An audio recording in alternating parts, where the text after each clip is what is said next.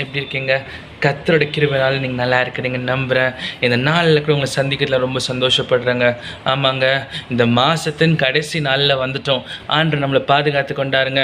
January, February, March, இந்த 3 மாதங்களை இந்த வருஷத்தில் நம்ம கடந்துட்டோங்க. இப்போ தான் இந்த வருஷம் வந்த மாதிரி இருந்துச்சு.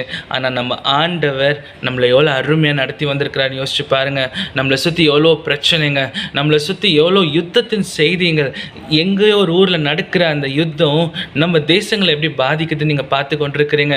எவ்வளோ தேசங்க அந்த வார் மித்தமாக பாதிக்கப்பட்டு கொண்டிருக்கிறாங்க. ஆமாங்க, ஆனால் நம்மளை ஆண்டவர் இம்மற்றமாக நடத்தி வந்து கொண்டிருக்கிறாரு. தேவையான ஆகாரம், தேவையான தண்ணீர், தேவையான உடை எல்லாமே கொடுத்து வந்து கொண்டிருக்கிறாருங்க. அதுக்கு நம்ம நன்றி சொல்ல கடமைப்படணுங்க. நிறைய பேர் யோசிக்கலாம், அடுத்த மாதம் எப்படி இருக்க போதோன்ட்டு. கவலைப்படாதீங்க, ஆண்டவர் நம்மளுக்காக எல்லாத்தையும் செய்து முடிக்க வல்லவராக இருக்கிறாருங்க.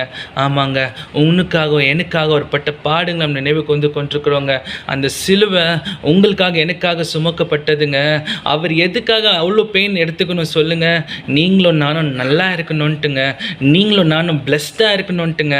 அது என்றைக்குமே மறந்துடாதீங்க. சோதனைகள் வரும், போராட்டங்கள் வரும், தோல்விகள் வரும். ஆனால் ஜெயிக்க வேண்டியது அவரோட பலத்தினால மட்டும்தாங்க. அது உதவி செய்வாருங்க. ஒரு அருமையான பாடல் நான் பாடுறேன், கேளுங்க. என் ஜீவன் நீர்தானே, என் துதியும் நீர்தானே, என் ஜீவன் நீர்தானே, என் துதியும் நீர்தானே. எனக்காய் மரித்தீரே, உமக்காய் வாழ்வேனே. எனக்காய் மரித்தீரே, உமக்காய் வாழ்வேனே. உம்மை நேசிக்கிறேன், உம்மை நேசிக்கிறேன், உம்மை நேசிக்கிறேன், உம்மை நேசிக்கிறேன்.